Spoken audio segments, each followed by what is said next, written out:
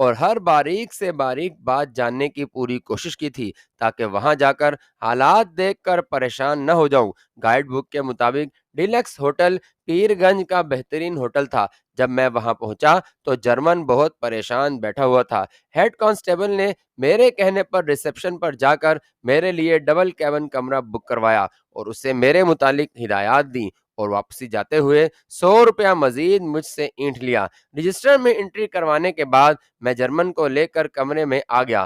ہم نے 3 کوٹ تو پہن رکھے تھے، مگر ایسا لگتا تھا کہ لباس جسم کے ساتھ چپک گیا ہو، اور بوٹ من بھاری ہو گئے تھے۔ ویٹر نے آتش دان میں آگ جلائی، ہم نے کپڑے بدل کر خود کو ہلکا کیا اور آگ تانپنے لگے۔ اگرچہ رات کے کھانے کا وقت ہو چکا تھا، لیکن میں نے پہلے کافی اور لوازمات کا آرڈر دے دیا۔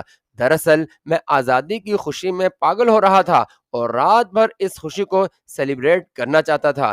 میری خوشی کی اس حالت کو قلم لکھنے سے قاصر ہے۔ میں اپنے مقصد میں اللہ پاک کے کرم سے مکمل کامیاب ہوا تھا۔ اپنی ہمت سے بہت بڑھ کر میں نے بھارت کو ناکوں چنے چبوائے تھے۔ میرے ساتھیوں اور دہلی میں تربیت یافتہ لڑکوں نے گورکھپور کے ہوائی اڈے کو مکمل طور پر تباہ کر دیا تھا اور بھارت کے کروڑوں ڈالر کے جہاز بھسم کر دیے تھے۔ میں نے آرمی ہیڈ کوارٹرز دہلی میں سیکیورٹی کو توڑ کر انتہائی اہم معلومات کے حصول کے لیے پل بنا دیا تھا۔ میں نے بھارت کے جدید ترین ٹینکوں کی پاکستان کی سرحد پر خفیہ ڈپلومیٹ کو تشت از بام کر دیا تھا، اور پاکستان میں بھارتی جاسوسوں کی مکمل فہرست اپنے محکمے کو پیش کر دی تھی۔ میں نے بھارت کی ایٹمی قوت کے انتہائی اہم اور خفیہ راز حاصل کیے تھے۔ میں نے بھارتی تشدد کی انتہا کو برداشت کیا اور اپنی زبان نہ کھولی، اور ڈی ایم آئی کی سیکیورٹی کے حصار کو توڑ کر ان کے منہ پر ذلت کے تماچے مارے تھے، اور یہ ثابت کر دیا تھا کہ جذبہ ایمان سلامت ہو تو ایک مسلمان ایک تو کیا، 100 ہندوؤں پر بھی بھاری ہے۔ اور آج میں آزاد فضاؤں میں سانس لے رہا تھا، اور یہ سب اس ذات پاک کا مجھ پر رحم و کرم تھا، ورنہ انسان تو اتنا لاچار و مجبور و محدود ہے کہ اپنی پیٹھ بھی نہیں دے سکتا۔ میری خوشی اس انتہا تک پہنچی ہوئی تھی جہاں انسان خود بہک جانے کو مچلتا ہے، اور میں واقعی بہک گیا۔ کافی آئی تو میں نے کپ بنا کر جرمن کو دیا اور ٹوسٹ کرتے ہوئے میری آزادی کی خوشی میں اور گرم کافی حلق میں انڈیل لی۔ جرمن نے میرا ساتھ تو دیا، لیکن ٹوسٹ کا مقصد نہ سمجھتے ہوئے پوچھا کہ فریڈم سے میری کیا مراد ہے۔ میں خوشی میں اتنا بے خود ہو رہا تھا کہ ہر قسم کی احتیاط کو بالائے طاق رکھتے ہوئے اسے بتایا کہ میں بھارتی نہیں بلکہ پاکستانی ہوں، اور بھارت میں بہت سے خطرناک مشن انجام دے کر اور ان کی حراست سے فرار ہو کر بمبئی سے یہاں آیا ہوں، اور بھارت میں میری گرفتاری پر انعام مقرر ہے۔ میں نے اپنی رو میں بہتے ہوئے اسے وہ اخبار بھی دکھا دیے جن میں میری تصویر اور انعام کی رقم شائع ہوئی تھی۔ جرمن کی حالت کھسیانی بلی جیسی تھی۔ اپنی ٹوٹی پھوٹی انگلش میں کہنے لگا، میں کتنا احمق ہوں کہ میں تمہیں اس وقت بھی نہ سمجھ سکا جب تم نے مجھے بلا وجہ بس کا ٹکٹ اور پیر گنج میں ہوٹل کی رہائش کی پیشکش کی تھی، اور میں تمہیں اس وقت بھی نہ سمجھ سکا جب رکسول میں نے کہا تھا کہ اتنی شدید بارش ایک زحمت ہے، اور تم نے کہا تھا کہ کسی کے لیے یہ رحمت ہے۔ تم نے مجھے سارا وقت بیوقوف بنایا، لیکن میں تمہیں آزادی کی مبارکباد دیتا ہوں۔ لیکن میں یہ اقرار ضرور کروں گا کہ اگر بھارت میں مجھے معلوم ہو جاتا کہ تمہارے اوپر انعام مقرر ہے تو میں تمہیں ضرور گرفتار کروا دیتا۔ جرمن نے میری خوشی میں میرا بھرپور ساتھ دیا۔ ہم اپنی اپنی زبانوں میں گیت گانے لگے۔ دیر تک خوشی کے یہ نغمے گونجتے رہے، پھر ہم نے لذیذ کھانے کھائے اور مدہوشی کی نیند سو گئے۔ میں تو سمجھا تھا کہ نیپال میں داخل ہو کر میرا کام ختم ہو گیا ہے اور میں اب چین کی بانسری بجاؤں گا، لیکن مجھے کیا علم تھا کہ ابھی عشق کے امتحان اور بھی ہیں جن سے بہر صورت مجھے گزرنا ہے۔ خیر ہم گھوڑے بیچ کر سو گئے۔ صبح کسی نے مجھے جھنجھوڑ کر اٹھایا، وہ جرمن تھا۔ دیکھا تو ویٹر بھی کھڑا تھا۔ اس نے کہا کہ جناب 2 سپاہی آپ کو کھڈبنوں لے جانے کے لیے آئے ہیں۔ میں اٹھا تو میرا جسم ٹوٹ رہا تھا۔ میں نے جرمن سے کہا کہ آج میرا موڈ نہیں جانے گا، اگر تم نے جانا ہے تو میں تمہیں بس کا کرایہ دے دیتا ہوں، تم چلے جاؤ ورنہ کل میرے ساتھ چلنا۔ اس نے کہا کہ میں کل تمہارے ساتھ ہی جاؤں گا، اگر تم تھوڑی سی حشیش منگوا دو تو میں مشکور رہوں گا۔ میں نیچے ریسیپشن پر گیا اور اسے کہا کہ مجھے تھانے انچارج سے بات کرنی ہے۔ اس نے نمبر ملا دیا تو دوسری طرف تھانے دار تھا۔ میں نے کہا کہ آج میری طبیعت ٹھیک نہیں ہے، میں کل کھٹ منڈو چلا جاؤں گا، آپ کے لیے 1000 تمہارے دونوں سپاہیوں کے ہاتھ بھیج رہا ہوں۔ وہ پیسوں کا سن کر بولا، آپ جب تک دل چاہے یہاں رہ لیں، کوئی مسئلہ نہیں۔ میں نے سپاہیوں سے تھانے دار کی بات کروائی، پھر اپنے کمرے میں آ گیا اور پیسے لے کر نیچے آ گیا۔ 100 روپے سپاہیوں کو اور 1000 روپیہ تھانے دار کے لیے دیا تو سپاہی خاموشی سے چلے گئے۔ کمرے میں پہنچ کر میں نے ویٹر کو بلایا اور ناشتے کا کہا اور ساتھ پوچھا کہ حشیش مل سکتی ہے۔ ویٹر یہ سن کر خوش ہوا اور بولا کہ دونوں غیر ملکی، مجھے بھی وہ مغربی سیاح سمجھ رہا تھا، ایک ساتھ ٹھہرے ہوئے دیکھ کر میں حیران ہو رہا تھا کہ ابھی تک انہوں نے حشیش کیوں نہیں منگوائی، جتنی چاہیں مل سکتی ہے۔ میں نے اسے 50 روپے دیے۔ تھوڑی دیر تک وہ ناشتے کے ساتھ حشیش بھی لے آیا۔ جرمن حشیش دیکھ کر ایسے جھپٹا جیسے بھوکی بلی دودھ پر جھپٹتی ہو۔ ناشتہ کر کے میں نے کمرے کی کھڑکیاں کھول دیں تاکہ یہ تلخ دھواں باہر نکلتا رہے۔ ناشتے کے بعد میں لابی میں آیا تو کئی نیپالی، بھارتی اور غیر ملکی وہاں کھلے عام چرس پی رہے تھے۔ میرے پوچھنے پر مینیجر نے بتایا کہ نیپال کے قانون کے مطابق چرس رکھنا اور پینا ممنوع نہیں، صرف چرس بیچنا ممنوع ہے اور خلاف قانون ہے۔ اس عجیب و غریب قانون کا کیا مقصد اور فائدہ ہے، اسے آپ بخوبی سمجھ سکتے ہیں۔ ناشتے کے بعد میں نے جرمن سے کہا کہ آئندہ تم نیچے جا کر پیو گے۔ پھر ہم گھومنے پھرنے نکل گئے۔ بعد دوپہر گھوم پھر کے واپس آ گئے، دوپہر کا کھانا کھایا اور آرام کے لیے لیٹ گئے۔ اگلی صبح 9 بجے سپاہی ٹیکسی لیے پھر مجھے کھٹمنڈو لے جانے کے لیے آ گئے۔ ہم ٹیکسی میں بیٹھے، میں آگے بیٹھ گیا اور جرمن پیچھے سپاہی کے ساتھ۔ راستے میں ہم انجوائے کرتے ہوئے شام 7 بجے کھٹمنڈو پہنچے۔ راستے میں جرمن کو اتار دیا اور خود پاکستانی ایمبیسی کی طرف روانہ ہو گیا۔ نیپال میں پہنچ کر میں یہ سمجھ بیٹھا تھا کہ میں جنت میں آ گیا ہوں، لیکن نیپال میرے لیے جنت نہیں بلکہ آراف ثابت ہوا، جہاں جنت کی ہواؤں کے ساتھ ساتھ جہنم کے شعلوں کی شدید حدت کا بھی مجھے سامنا کرنا پڑا۔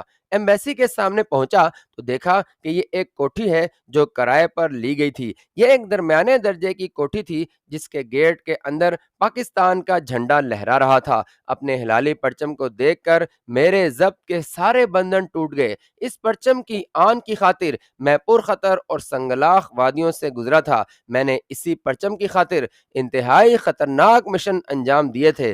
اسی پرچم کو شان اور وقار سے لہراتے دیکھنے کے لیے میں نے 3rd ڈگری سے بھی زیادہ تشدد برداشت کیا، لیکن زبان نہیں کھولی اور نہ ہی آنکھ میں ایک آنسو بھی آنے دیا۔ اور اب اس پرچم کو لہراتے دیکھ کر میرے ضبط کی قوت جواب دے گئی تھی۔ میری آنکھوں سے بے تحاشا آنسو بہ رہے تھے، میں دھاڑیں مار کر رو رہا تھا اور میرا دایاں ہاتھ اپنے پرچم کو مسلسل سلامی دے رہا تھا۔ نہ جانے میں کتنی دیر ایسی کیفیت میں رہا کہ سفارت خانے کے بوڑھے چوکیدار نے دروازہ کھولا۔ میں نے گارڈ سے کہا کہ میں مشرقی پاکستان سے آیا ہوں اور ایمبیسڈر صاحب سے ملنا چاہتا ہوں۔ میرے ہمراہ 2 پولیس والے بھی آئے ہیں۔ اس نے ہمیں اندر بلایا اور اپنے کمرے میں لے گیا۔ وہاں آگ جل رہی تھی۔ سردی کا احساس ذرا کم ہوا تو اس نے کہا کہ ایمبیسڈر صاحب تو کل دن کو آئیں گے اور مہاجروں کا نام تو کلرک رجسٹر میں درج کرتا ہے، اس لیے ان سے ملنے کی ضرورت نہیں، آپ نام درج کروا دیں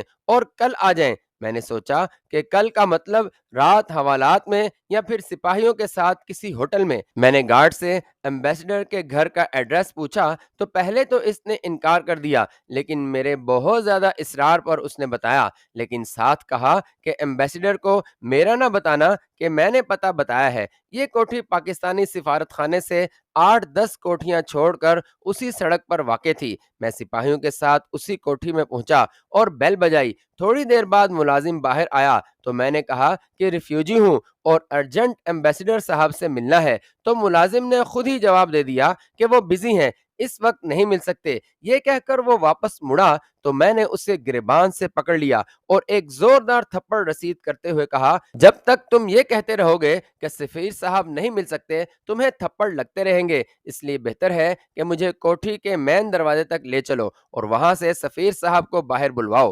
ایک مجبور اور بے کس مہاجر کی سفیر صاحب کے ملازم خاص کے ساتھ ایسی بدسلوکی کی اسے ہرگز توقع نہیں تھی۔ میں نے اسے گریبان سے مضبوطی سے پکڑ رکھا تھا، وہ خاموشی سے میرے ساتھ چل دیا۔ مین دروازہ اد کھلا تھا، ملازم نے وہیں سے زور زور سے چلانا شروع کر دیا، چودھری صاحب، چودھری صاحب، مجھے چھڑوائیں، باہر آئیں۔ ملازم کی آواز سن کر چودھری صاحب ڈریسنگ گاؤن پہنے بڑے تمکنت سے دروازے پر تشریف لائے۔ میں نے ملازم کو چھوڑ دیا اور سفیر صاحب سے کہا، میں مشرقی پاکستان سے آنے والا مہاجر ہوں اور ابھی پیر گنج سے یہاں پہنچا ہوں۔ میرے ہمراہ پیر گنج سے 2 سپاہی تصدیق کے لیے آئے ہیں۔ میں نے بات ختم کی تو ملازم بولا کہ اس نے مجھے تھپڑ بھی مارا ہے اور زبردستی پکڑ کر یہاں تک لایا ہے۔ میری زبان سے مہاجر سنتے ہی سفیر کا چہرہ اسے بے وقت بے آرام کرنے سے سرخ ہو گیا۔ ملازم کو تھپڑ مارنے کا سن کر وہ آپے سے باہر ہو گیا، کہنے لگا، تم 2 ٹکے کے مہاجر، تمہاری یہ جرت کیسے ہوئی کہ میری کوٹھی پر آئے اور میرے ملازم کو تھپڑ مارا؟ تمہاری تصدیق کرنی تو ایک طرف رہی، ابھی پولیس کے حوالے کرتا ہوں۔ میرا دماغ گھوم گیا، میں نے پسٹل نکال کر تان لیا اور کہا کہ میری بات سن لو ورنہ پاکستان تمہاری فیملی سمیت تمہارے تابوت جائیں گے۔ اب ایمبیسڈر ڈھیلا پڑ گیا، بولا، چلو اندر بیٹھ کر بات کرتے ہیں۔ پاکستان میں بھی تربیلا میں ملازمت کے دوران میرا واسطہ اکثر بیوروکریٹ سے پڑتا رہتا تھا۔ وسیع اختیارات کے مالک یہ نوکر شاہی کے کرتا دھرتا اپنی سیٹ پر بیٹھ کر فرعون سے بھی بڑھ کر اپنی حاکمیت کا اظہار کرتے تھے۔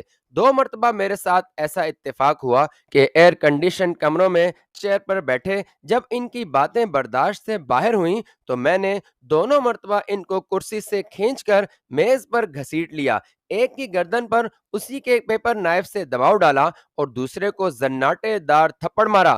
صرف اتنے ہی سلوک سے ان کی افسری کی ساری ہوا خارج ہو گئی۔ نہ صرف ان دونوں نے فوری طور پر میرے جائز کام کر دیے بلکہ آئندہ بھی جب کبھی میں ان سے کسی کام کے سلسلے میں ملنے گیا تو میرا بزنس کارڈ ملتے ہی انہوں نے پہلے سے انتظار میں بیٹھے 20 ملاقاتیوں کو ایوائڈ کر کے مجھے بلوا لیا اور میرا کام ٹیلی فون پر خاص ہدایات دے کر فوری کروا دیا۔ یہ میرے ذاتی کام نہ تھے بلکہ تربیلا میں ملازمتی ذمہ داری سے متعلق ہوتے تھے۔ سفیر صاحب اپنے ڈرائنگ روم میں جلتے ہیٹروں کے باوجود کانپ رہے تھے، نہ معلوم وہ مجھے کیا سمجھ رہے تھے۔ یہ سوچتے ہوئے کہ اب ان کے ساتھ کافی ہو چکی ہے، میں نے کہا، میں مشرقی پاکستان کا ریفیوجی نہیں ہوں، کیا آپ کو میرے متعلق پاکستان سے میرے محکمے، میں نے محکمے کا نام بتایا، سے کچھ ہدایات ملی ہیں؟ میں نے جب اپنا کوڈ نمبر بتایا تو سفیر صاحب ایک دم کھڑے ہو گئے، مجھے گلے لگایا اور بڑے معذرت خواہ لہجے میں بولے، مجھے کیا علم تھا کہ آپ آئے ہیں؟